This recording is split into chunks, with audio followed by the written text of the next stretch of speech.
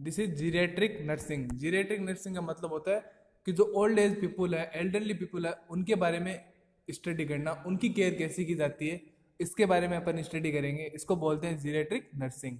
ठीक है।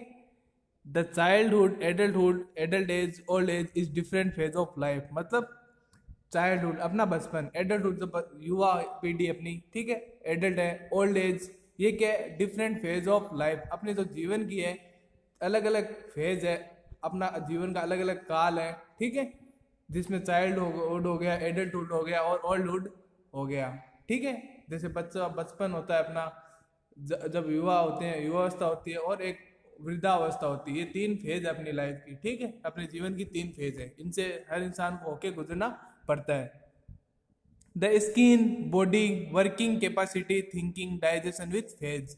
मतलब स्किन है जो अपनी त्वचा है, बॉडी है, पार्ट है, वो कैपेसिटी उनकी जो क्षमता है वो काम करने की, थिंकिंग है, सोच है, डाइजेशन अपनी पाचन क्रिया है, जो फूड का पाचन होता है, वो क्या होता है अलग अलग फेज के साथ अलग अलग होता है। ठीक है, अपन जैसे एक युवावस्था है, बच्चा है, उसकी जो खाने की क्षमता अलग होती है, युवा की खाने की क्षमता अलग होती है। एक वृद्धावस्था का जो आदमी होता है, बूढ़ा आदमी है, जो बूढ़े लोग हैं, उनके खाने की जो कैपेसिटी है, उनके काम करने की कैपेसिटी है, उनमें क्या होता आ जाता है, डिफरेंस आ जाता है एज के साथ साथ। जैसे एक बच्चा है, एक युवा अवस्था है, वो अच्छे काम कर सकते हैं, तेजी से काम कर सकते हैं, जबकि एक बूढ़े हैं वो धीरे धीरे कोई काम को कर सकते हैं, कर नहीं पाते। तो वो क्या है, डिफरेंट फेज ऑफ लाइफ, मतलब अलग अलग फेज में उनकी जो कैपेसिटी है धीरे धीरे क्या, जब ओल्ड एज आती है तब डाउन होने लग जाती है। ठीक है, फिर the study of old age is known as gerontology. मतलब ओल्ड लोगों की, ओल्ड पीपुल की, जो ओल्ड एज के पीपुल है उनकी स्टडी करने को क्या बोलते हैं, जेरेंटोलॉजी। ठीक है, कि मतलब जो वृद्ध लोग हैं, वृद्धावस्था में जो लोग हैं, उनकी स्टडी करना ये क्या कहलाता है, gerontology. The function of geriatric nurse, मतलब जो जीरियाट्रिक नर्स होती है जो ओल्ड एज के पीपुल की केयर करते हैं, उसके क्या फंक्शन है। अब देखो फंक्शन क्या क्या है। On the basis of gerontological nurse in English word, मतलब इस इंग्लिश वर्ड का मतलब बताया गया है कि इस वर्ड में सारा मीनिंग है कैसे नर्स केयर करती है। अब देखो फर्स्ट वन है guiding, G for guiding. Guiding का मतलब क्या है, कि इसमें गाइडिंग में क्या होता है, राइट गाइडेंस देना। तो ओल्ड एज पीपुल को, मतलब जो वृद्ध लोग हैं, उनको राइट गाइडेंस देना, मतलब उनको सही दिशा निर्देश देना, ताकि वो अपनी जो लाइफ है वो अच्छी तरह से जी सके और काम कर सके। ठीक है, फिर आता है इलिमिनेटिंग, ई फॉर इलिमिनेटिंग। ठीक है, इसमें क्या होता है कि उसके अंदर कोई भी उस एज के अंदर, जैसे वृद्धावस्था के लोग हैं, उनके जो हाइपरटेंशन है, बीपी ज्यादा रहता है, सांस की दिक्कत रहती है, तकलीफ है, तो उनको क्या, उन तकलीफों से दूर करना चाहिए, उनको इस प्रकार केयर दे ताकि उनको समझाए, ताकि वो उन जो बीमारियों से दूर रह सके, उनको एलिमिनेट कर सके। ठीक है, नेक्स्ट है रिस्पेक्टिंग। ठीक है, रिस्पेक्टिंग का मतलब क्या होता है, आपको जो बूढ़े लोग हैं, ये नहीं कि बूढ़ा हो गया तो उनको कुछ केयर नहीं, उनको अच्छी तरह से रिस्पेक्ट देना चाहिए, सम्मान के साथ उनका आदर करना चाहिए, और उस तरीके से केयर देनी चाहिए ताकि उनको अच्छा महसूस हो। ठीक है, जैसे एक अपन एक युवा पेशेंट की केयर करते हैं, वैसे एक ओल्ड एज पर्सन की केयर अपन को करनी चाहिए। नेक्स्ट है ऑब्जर्विंग। ऑब्जर्विंग में क्या है कि जो भी ओल्ड एज के पीपुल है उनकी क्या नीड है, क्या उनको फैसिलिटी चाहिए, उनको अपन का ध्यान रखना चाहिए और उनके अनुसार काम करना चाहिए। ठीक है, नेक्स्ट है एन फॉर नोटिसिंग। नोटिसिंग का मतलब होता है जितने भी जो पेशेंट के साथ है, कि एक युवा पेशेंट है, ठीक है, उसका उसका इतना ध्यान नहीं रखना पड़ता, पर जो भी ओल्ड एज के पेशेंट है उनका ध्यान रखना चाहिए, ताकि उनको कोई एक्सीडेंट वगैरह हो उसे बचाया जा सकता है। मतलब ये ध्यान रखना चाहिए कि जैसे एक युवा पेशेंट है वो एडमिट हुआ है, उसकी केयर नहीं करनी चाहिए, जबकि एक ओल्ड एज पर्सन की ज्यादा केयर करनी चाहिए, क्योंकि उनकी जो वर्किंग कैपेसिटी है, जो बॉडी की जो बैलेंस की कैपेसिटी है, वो इतनी नहीं होती, जिससे उनका ज्यादा ध्यान रखना पड़ता है, ताकि जितने भी कोई एक्सीडेंट वगैरह हॉस्पिटल के अंदर किसी बेड से गिरना, ताकि इन सब से बचाया जा सके। ठीक है, नेक्स्ट है टीचिंग। टीचिंग में क्या होता है कि जो भी वर्कर है, ठीक है, काम कर रहे हैं, ठीक है, उन सबको गाइड करना चाहिए कि कैसे पेशेंट की केयर करनी है, ओल्ड एज के पेशेंट की कैसे उनको उठाना है, बैठाना है, उनको कैसे केयर प्रोवाइड, किस टाइप का उनको खाना देना है, वो क्या उनको टीचिंग प्रोवाइड करनी चाहिए। नेक्स्ट है ओपनिंग चैनल।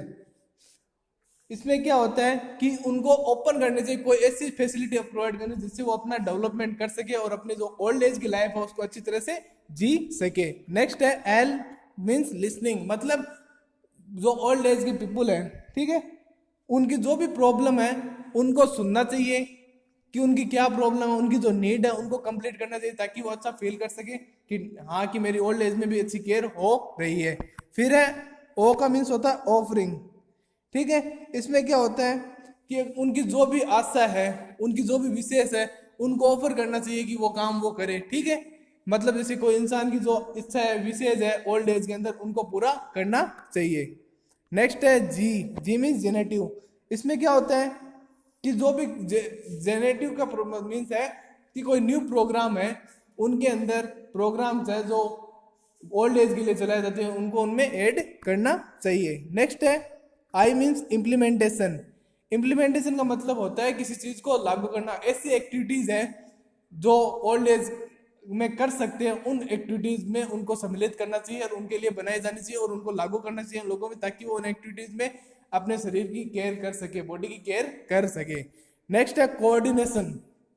कोऑर्डिनेशन में क्या होता है कि आप जो भी सर्विसेज पेशेंट को प्रोवाइड कर रहे हो, उनमें उनके साथ तालमेल रखना चाहिए ताकि उनको बेटर फील हो। ये नहीं है कि आप जो युवा को अलग केयर दे रहे हैं और ओल्ड एज को अलग केयर दे रहे हैं, जिससे उनके अंदर जो उनके मन में जो डिफरेंस आ रहा है, मूड डिफरेंस आ रहा है, वो नहीं रहना चाहिए। आप जो एक्टिविटी प्रोवाइड कर रहे हो उनमें उनका पूरा मतलब, जैसे कोई पेशेंट है, ओल्ड एज पेशेंट है, वो कोई एक्टिविटी कर रहा है तो आपको उसके साथ कोऑपरेट करना चाहिए, मतलब उसके साथ सहयोग करना चाहिए ताकि वो बेटर फील करे। नेक्स्ट है ए फॉर असेसिंग। असेस करना चाहिए ओल्ड पेशेंट के स्टेटस, हेल्थ स्टेटस को, और उसके केयर में कितना इंप्रूवमेंट आ रहा है, अपने जो ट्रीटमेंट दिए है उसमें इंप्रूवमेंट कितना हो रहा है, उनको सबको असेसमेंट करना चाहिए। नेक्स्ट है एल फॉर लिंकिंग।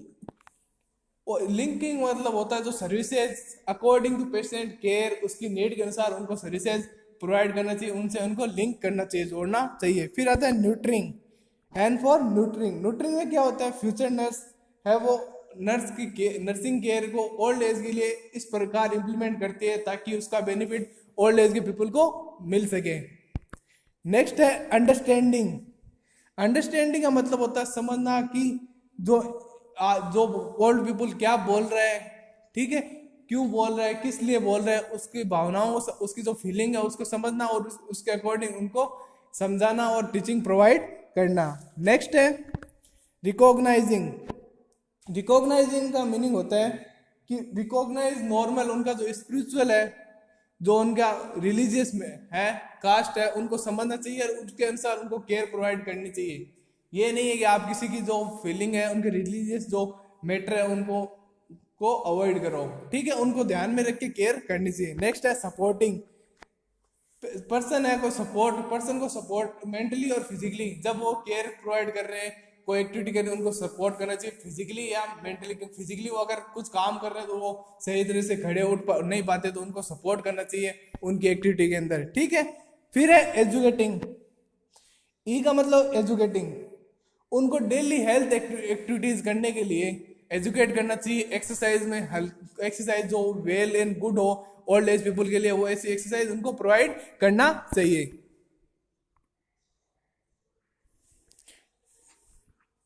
फिर है factor affecting ageing and old age. कौन कौन से फैक्टर है जो ओल्ड एज को या एज जो एज आप 50 के से क्रॉस कर लेते हैं उनको अफेक्ट करते हैं। फर्स्ट है हेरिडिटी फैक्टर। हेरिडिटी फैक्टर क्या होता है, जो आपको वंशानुगत है, कोई इंसान है जो पीढ़ी दर पीढ़ी चलते हैं, ठीक है, उनमें क्या होता है हेरिडिटी प्रॉब्लम होती है कि शायद हेरिडिटी के अंदर क्या होता है कि उनको जो उनके पूर्वजों को डिजीज थी, कोई बीमारी थी, वही उनको होगी, तो उसको क्या फैक्टर अफेक्टिंग करते हैं ये कि। और ऐसे फैक्टर भी अपने जैसे उनके जो पूर्वज की कैपेसिटी थी, कितने साल जीना है, कितने साल, कोई 100 साल मरता, कोई 60 साल में ये होती कि उनकी फैमिली में ऐसा है कि 60 से कोई क्रॉस नहीं होता, तो वो क्या है हेरिडिटी फैक्टर है जो अफेक्ट करता है। फिर है इन्वायरमेंटल फैक्टर। इसमें क्या होता है इन्वायरमेंटल फैक्टर में कि जो फैक्टर है, पॉल्यूशन है, एयर है, ठीक है, ये सारे क्या है इन्वायरमेंटल फैक्टर। जैसा इन्वायरमेंट आपको वातावरण, वैसे लोगों में जो हेल्थ है उनकी एजिंग को अफेक्ट करेगा, ठीक है। अब देखो एबायोटिक फैक्टर क्या होते हैं। नेक्स्ट है एबायोटिक फैक्टर। इसमें क्या इंक्लूड होता है, जो रेडिएशन है, यूवी रेज है, किरणें है, ठीक है, वो एज ओल्ड एज पर्सन को अफेक्ट करती है। फिर आता है बायोटिक फैक्टर। बायोटिक फैक्टर में क्या होता है, इंक्लूड जो पैथोजन है, जो रोगाणु है, माइक्रोऑर्गेनिज्म है, वो जो उनकी बॉडी को हार्मफुल इफेक्ट पहुंचाते हैं। ठीक है, एबायोटिक का मतलब होता है कि एयर पोल्यूशन, रेडिएशन, ठीक है वो। और बायोटिक का मतलब जो माइक्रो ऑर्गेनिज्म है, जो जीवाणु है, वो पैथोजन है, जो रोग पैदा करते हैं, वो अफेक्ट करते हैं, वो होते हैं बायोटिक फैक्टर। फिर आता है सोशियो इकोनॉमिक फैक्टर। इसमें क्या होता है कि उनका इनकम का लेवल क्या है, लिविंग पैटर्न कैसा है, उनका रहन सहन कैसा है, लोगों जो फैमिली मेंबर है, ठीक है, उनके साथ उसका उन लोगों का तालमेल है या नहीं है, और सोसाइटी में उनकी कैसी रिस्पेक्ट है, उसको जो मैटर करते हैं वो फैक्टर सारे क्या अफेक्ट करते हैं। फिर आता है फिजिकल चेंजेस, कि जो एजिंग पर्सन है, ओल्ड एज है, उनमें क्या होता है, कैसे कैसे फिजिकल चेंजेस होते हैं। ये सारे अपने जो बॉडी के सिस्टम है उनके अकॉर्डिंग अलग अलग चेंजेस होते हैं। नेक्स्ट है फिजिकल चेंजेस। फर्स्ट वन है इंटीग्यूमेंट्री सिस्टम, मतलब स्किन से रिलेटेड जो सिस्टम है अपना, उसको बोलते हैं इंटीग्यूमेंट्री सिस्टम। इसमें क्या होता है, जो स्किन की इलास्टिसिटी है, ठीक है, वो बढ़ जाती है। ठीक है, और अपने जो शरीर रिंकल्स वगैरह है, झुर्रियाँ वगैरह, स्किन के ऊपर झुर्रियाँ वगैरह पड़ जाती है, वो क्या होता है, स्किन में झुर्रियाँ वगैरह पड़ जाती है, स्किन है वो इलास्टिसिटी हो जाती है। ठीक है, और जो हेयर है वो ब्लैक ग्रोथ होते हैं, ब्लैक हो जाते, व्हाइट हो जाते हैं। ठीक है, इसमें क्या होता है, स्किन की इलास्टिसिटी है। ठीक है, ये होता है इंटीग्यूमेंट्री सिस्टम के अंदर। फिर आता है कार्डियोवेस्कुलर सिस्टम। इसमें क्या होता है, तो धीरे धीरे जैसे जैसे एज बढ़ती है, बीपी है वो ज़्यादा रहने लगता है, और जो ब्लड सप्लाई है को वो डिक्रीज होने लग जाती है, और जो अपना वाल की जो इलास्टिसिटी है, जो लचीलापन है, वो धीरे धीरे क्या हो जाता है, कम होने लगता है, जिससे क्या ब्लड कम पंप करेगा और बीपी बढ़े हुआ रहेगा। फिर आता है रेस्पिरेटरी सिस्टम। इसमें क्या होता है, जो लंग की कैपेसिटी है ऑक्सीजन इनटेक करने की, वो कम हो जाती है। ठीक है, और जो अपना रेगुलर जो कफिंग है होती रहती है, और पेशेंट को इजीली कोई इम्यून सिस्टम जो अफेक्ट हो सकता है। और जो गैस एक्सचेंज होता है लंग्स के बीच में, वो भी रिड्यूस हो जाता है। ठीक है, फिर है नेक्स्ट है जेनेटो यूरिनरी सिस्टम, मतलब यूरिनरी सिस्टम जो से रिलेटेड जो सिस्टम है। ठीक है, इसमें क्या होता है, जो रीनल का फिल्ट्रेशन होता है, जो जितने भी जो किडनी रीनल है, ठीक है, इनमें जो फिल्ट्रेशन होता है, ठीक है, वो डिक्रीज, जिससे क्या होता है, रीनल स्टोन होने के चांस रहते हैं। ठीक है, जिसको अपन सीधी भाषा में पथरी बोलते हैं। और इनकॉन्टिनेंस ऑफ यूरिन, यूरिन है वो प्रॉपर मात्रा में बाहर नहीं आ पाता है। ठीक है, इनकॉन्टिनेंस यूरिन हो जाता है। ठीक है, और जो प्रोस्टेट ग्लैंड है उसकी साइज है वो क्या इंक्रीज हो जाती है, जिससे वजह से क्या होता है कि जो अपन यूरिन पास आउट करते हैं वो प्रॉपर मात्रा में नहीं होता, और पेन होता है। ठीक है, फिर आता है गैस्ट्रो इंटेस्टाइनल ट्रैक्ट सिस्टम, मतलब अपने जो स्टोमक है, जीआई ट्रैक्ट है, इससे रिलेटेड। इसमें क्या होता है कि फूड सही तरह से पाचन नहीं होगा, डाइजेशन कैपेसिटी डिक्रीज हो जाएगी, और कॉन्स्टिपेशन रहेगा, मतलब कब्ज रहेगी। ठीक है, फिर है मस्कुलोस्केलेटल सिस्टम। इसमें क्या होता है, जो जॉइंट है वो पेन होंगे। ठीक है, बुढ़ापे में जॉइंट पेन होता है, वीकनेस होता है, जो डिक्रीज हो जाती है एक्सरसाइज एबिलिटी अपनी। ठीक है, और एक्टिविटी डिक्रीज होने लग जाती है। फिर आता है एंडोक्राइन सिस्टम। इसमें क्या होता है, जो फंक्शन होती है ग्लैंड्स की, ठीक है, वो क्या डिक्रीज हो जाती है, जो अपना कॉन्शियस पावर है, अलर्टनेस है माइंड की, वो डिक्रीज हो जाती है। ठीक है, और जो इंसुलिन का सिक्रेशन होता है पेनक्रियास से, वो डिक्रीज हो जाता है, जिसकी वजह से क्या होता है, ग्लूकोज की मात्रा है वो इंक्रीज हो जाती है। ठीक है, फिर आता है न्यूरोलॉजिकल फंक्शन सिस्टम। इसमें क्या होता है, जो आपकी जो सेंसेशन एबिलिटी, किसी चीज को सेंस करने की एबिलिटी, वो डिक्रीज होती है। जैसे लोग हैं, बूढ़े लोग हैं, वो जल्दी से किसी चीज को पहचान नहीं पाते। ठीक है, और जो आपका जो स्लीपिंग प्रोसेस है, सोने की जो प्रोसेस है, वो डिस्टर्ब हो जाती है। एक जो टाइम बूढ़े लोगों को क्या होता है ना, नींद नहीं आती रात को। ठीक है, फिर आता है सेंसरी सिस्टम। सेंस सिस्टम मतलब लो विजन पावर, जो आपकी देखने की कैपेसिटी है। ठीक है, सेंस सिस्टम आई ईयर और आते हैं। ठीक है, आपकी जो देखने की कैपेसिटी है, सोचते समझ वो क्या होती है, रिड्यूस हो जाती है, सुनना कम हो जाता है, बूढ़े लोगों में धीरे धीरे सुनाई देना कम हो जाता है। ठीक है, और जो आपकी टेस्ट की एबिलिटी है, किसी चीज के स्वाद चखने की एबिलिटी है, वो डाउन हो जाती है। मतलब आप जो बूढ़े लोग होते हैं, धीरे धीरे आंखों की रोशनी कम हो जाती है, सुनना धीरे धीरे कम हो जाता है। ठीक है, फिर आता है इम्यून सिस्टम। अब धीरे धीरे जैसे जैसे बूढ़े होते हैं लोग, उनकी इम्यूनिटी पावर है, जो प्रतिरोधक क्षमता है रोगों से लड़ने की, वो क्या डाउन है, जिससे उनको क्या बीमारी होने के चांस ज्यादा रहते हैं, इन्फेक्शन क्रिएट होने के। फिर आते हैं साइको सोशल चेंजेस, मतलब सोशल लाइफ, आपके जो समाज में क्या चेंजेस है वो अफेक्ट करते हैं। फर्स्ट आता है फिजिकल एब्यूज। ठीक है, फिजिकल एब्यूज में क्या होता है कि जो ओल्ड एज पर्सन है उनके साथ शारीरिक उनको पीटा वगैरह जाता है, सही तरह से केयर नहीं की जाती, वो होता है फिजिकल एब्यूज। फिर आता है मेटेरियल एब्यूज, मतलब उनको संपत्ति, मेटेरियल एब्यूज मतलब किसी जो से कोई बूढ़ा व्यक्ति है उसके नाम प्रॉपर्टी है तो उनके जो फैमिली के द्वारा उनको प्रताड़ित करना कि प्रॉपर्टी हमारे नाम पे कर दो या कुछ और के लिए प्रताड़ित करना। ठीक है, और परेशान करना उनको प्रॉपर्टी के लिए, पैसों के लिए परेशान करना। ठीक है, नेक्स्ट है सोशल एब्यूज, जो आपके समाज में जो लोगों द्वारा जो बूढ़े लोगों के साथ व्यवहार किया जाता है उसको बोलते हैं सोशल एब्यूज। ठीक है, फिर है एक्टिव नेग्लेक्ट। एक्टिव नेग्लेक्ट का मतलब क्या होता है